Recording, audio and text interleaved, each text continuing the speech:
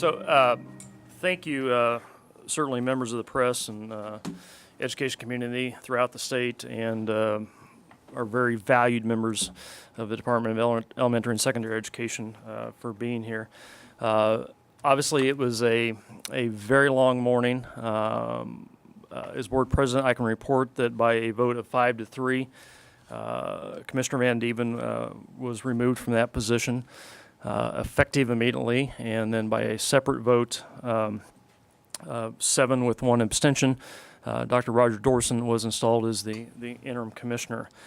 I give that report understanding that there are still legal actions in place with regard to the seat in Southwest Missouri, what has been referred to as the 7th district seat. So I believe that that matter is yet to be unsettled. In Cole County Circuit Court yesterday, the issue was for a temporary restraining order, but not necessarily ruling on the underlying matter. So that remains in progress, and we don't know the resolution of that. And obviously, that could have a determination on the outcome and the legitimacy of one of the votes to the effect of removing the commissioner. I will keep my remarks very brief, and then I will answer questions. The one thing I did tell the board members, I will speak as the board president. I'll report what I can report. I do not and will not assign motive as I speak on behalf of the board as board president. The minutes will be out as soon as Bill Thornton, our general counsel, can get those compiled. It'll be shortly. In the minutes will be who made the motions, who seconded the motions, and the individual votes on the motions. I will say this, that it has been a tremendous honor to serve with Commissioner Van Dieven for the last 2.5, almost 3 years. I think we have made tremendous strides and moved education in this state forward. We saw today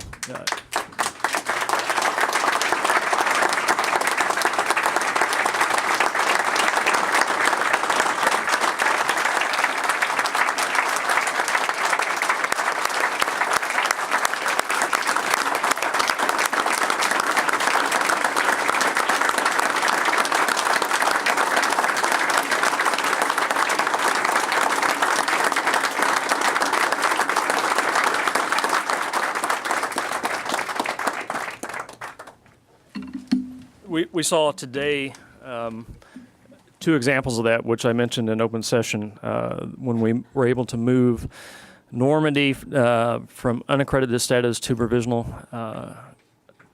accredited status. That was a tremendous step forward.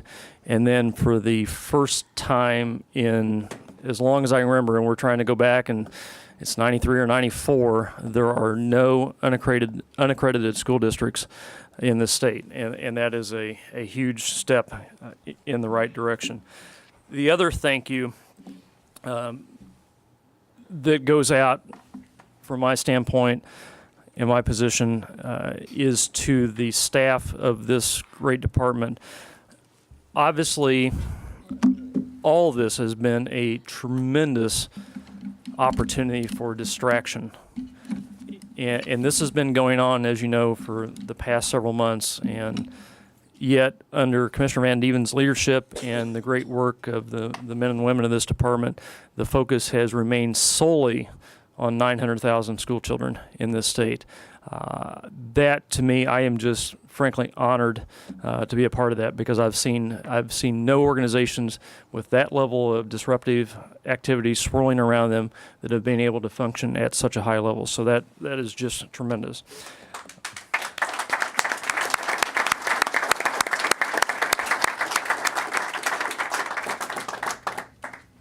And last, and this was a statement that I made during the deliberations, that the education in this community, or the education community in this state, is aligned.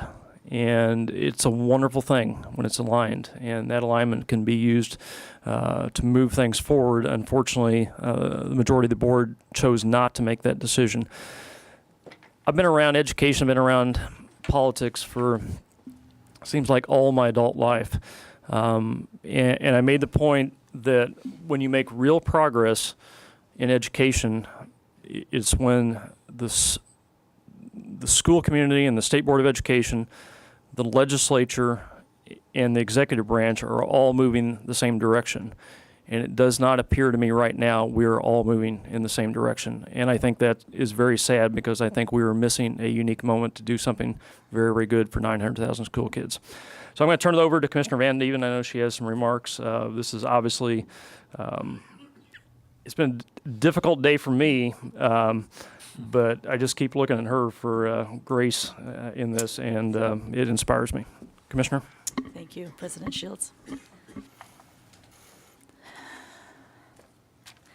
I am an educator, a teacher. Like most Missouri teachers, I focus on students. Unlike most of them, I've been able to focus on 918,000 of our students as Commissioner of Education. It has been an opportunity that I will forever cherish. And I don't cry, so somebody has to stop me. Okay. But it has been an opportunity that I will forever cherish. The job of commissioner in Missouri is traditionally not a political role.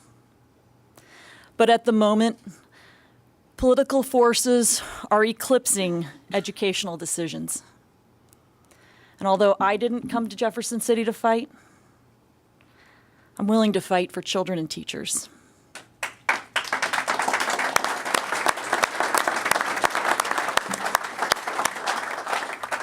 I began to work in the state education department about a dozen years ago, and in those early years, I learned much about the diversity of our state and the diversity of our schools.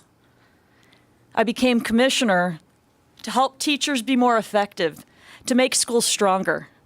And while we have plenty of room for improvement, today in Missouri, teachers are more effective. Schools are stronger. Public education matters. Every child matters. Rich or poor, urban, suburban, or rural, those who easily excel and those who have disabilities. If we operate strong public schools, we produce a stronger Missouri, a state with higher achievement, with more talented workers, with better neighbors, and lower crime. Missouri is my home. It's a great state because it has amazing and compassionate people. And our schools are the soul of our state. I'm proud of the thousands of Missourians, educators, community leaders, parents, legislators who have come together in the past few weeks in support of public education and Missouri's children. Your voices were heard. If you visit schools across the state as I have, you'll see teachers enthusiastically challenging the status quo and finding innovative ways to help students learn.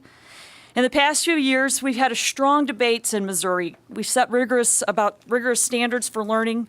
We've built new tests to measure progress. We've set stronger requirements for teachers, and we've held each other accountable. But in doing so, I think we've done it in a way that has inspired a newfound passion for learning. And I really, it's just so overwhelming to me to see so many educators in this room, and I thank you for that. I've also witnessed in our schools and communities mourn the deaths of students and teachers and watched them rebuild after tornadoes and floods and feed our hungry families. And our resiliency inspires me. And while I'm sad to leave a job that I wasn't ready to leave, I know Missouri will stay strong in its commitment to our children.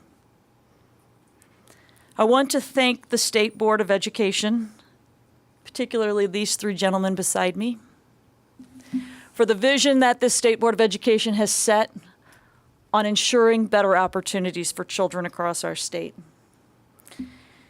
And I certainly want to thank the tireless colleagues at the Missouri Department of Elementary and Secondary Education. You worked every day for students, and you had my back. I met and worked with thousands of people across the state and beyond. You taught me, inspired me, and worked so very hard for students in your communities, and I thank you. I am proud of what we have collectively achieved, I'm leaving the office in good shape so the next commissioner can achieve even more for Missouri students. Thank you so much. And this isn't all my remarks, but I do want to add one more thing. Please let today's story be about Normandy. It's a great celebration. It shows exactly what people have done to come together throughout our communities for the betterment of kids. And the stories are countless on how districts have worked together, the region has worked together to support our children and to provide better opportunities. So if I had to go out on a day, this is a good one to go out on. Thank you.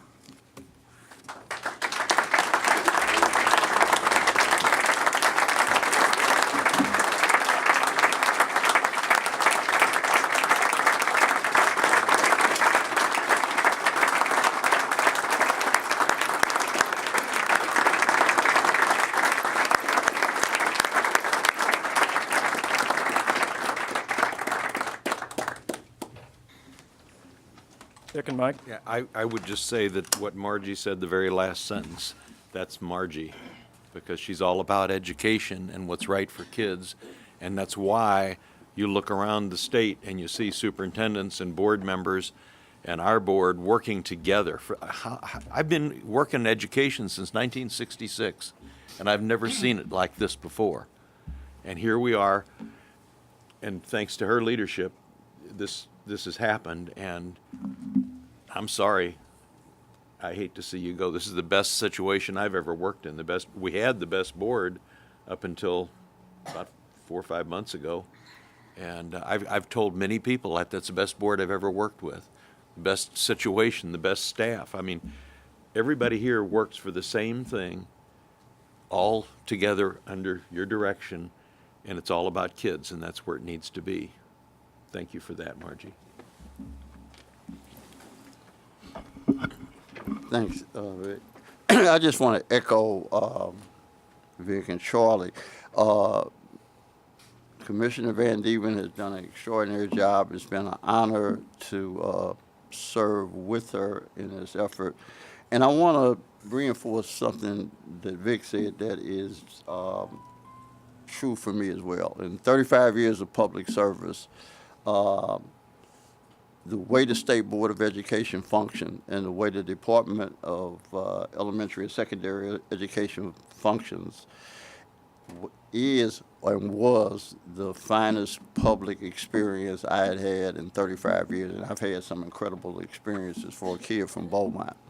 So, and out of all the great experiences, this one will always kind of sit at the top of the list in terms of it works the way a public institution is supposed to work.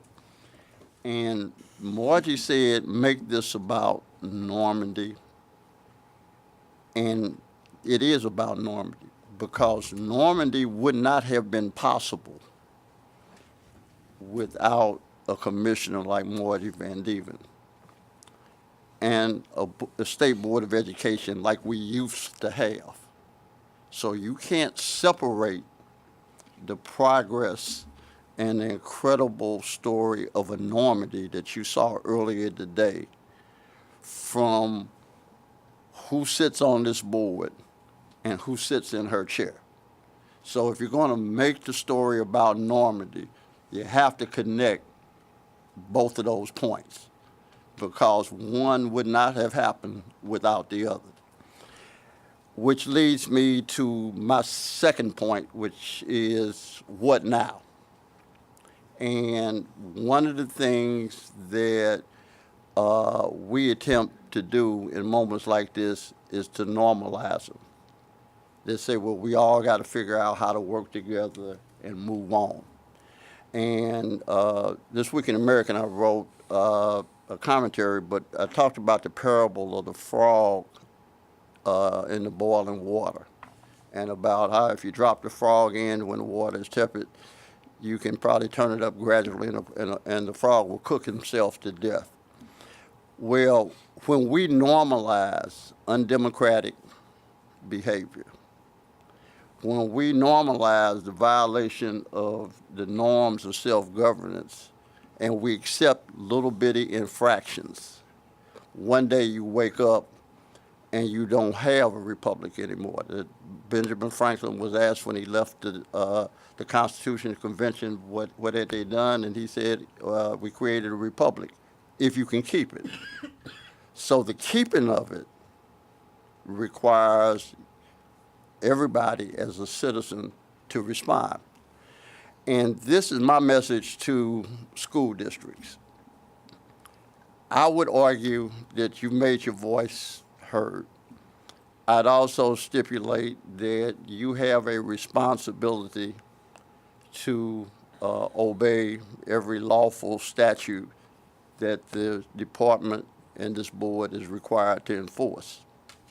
But I would also argue today that this board has lost its legitimacy as a governing body. And Jefferson wrote in the Declaration of Independence that government derives its just powers from the consent of the governed. And that means legitimacy is a function of cooperation. And I would, for me, and I'm only speaking for myself, but I think this board today forfeited its right to ask for your cooperation in implementing public policy. Now, I know that's real hard because children are at risk, and we say, well, we got to move on because of the kids. And I would argue you got to protest it because the children are at risk, because they're going to be at risk no matter what we do. And Gandhi said something to the effect that non-cooperation with evil is as much a duty as cooperation with good. So everybody here in education throughout this state will have to make a judgment about what they do tomorrow. And part of what your decision is a function of how you view the moral universe. I'm not worthy, I shouldn't be editing Dr. King, but I will with this statement. He said the moral arc of the universe is long and it bends towards justice. My caveat is the moral arc of the universe is long and it only bends towards justice if you bend it. And that means that everybody in this state will have to make a judgment about two things: how much they care about public education and how much they care about constitutional governance. Because public education is now at risk and constitutional governance has been violated. So again, Margie, thank you for your service, and it's been a real honor and a privilege. So we have, just like last time, we have lots of time, so. Was there any discussion about the legality of the vote, given the fact that the 7th district seat is still being contested, and without Ms. Edwards' vote, you don't have 5? So the discussion, which is what took place in open session, as you heard, and why we allowed both Reverend Sumners and Ms. Gellner to participate, is because we believe that, at least I believe, I shouldn't say we, I believe that that is still an open-ended question. So the judge's ruling yesterday was just based on the temporary restraining order and didn't speak to the merits of that case, so I still think that's an ongoing issue. Given the legal conundrums surrounding all of this, how does this impact your search for a subsequent full-time successor? Well, we don't have a search right now because for a search process to be in place and for it to be defined, that would have to take place in an open meeting, an open session. So we had no ability to address that. It appears to me that in the immediate future, this whole discussion it now moves away from the State Board of Education, certainly moves to the courts where you have a case pending, but also moves to the State Senate where you have 5 new members awaiting confirmation by the Senate. So I think the focus of a lot of this is going to move to venues outside of this building. Speaking of venues, do you think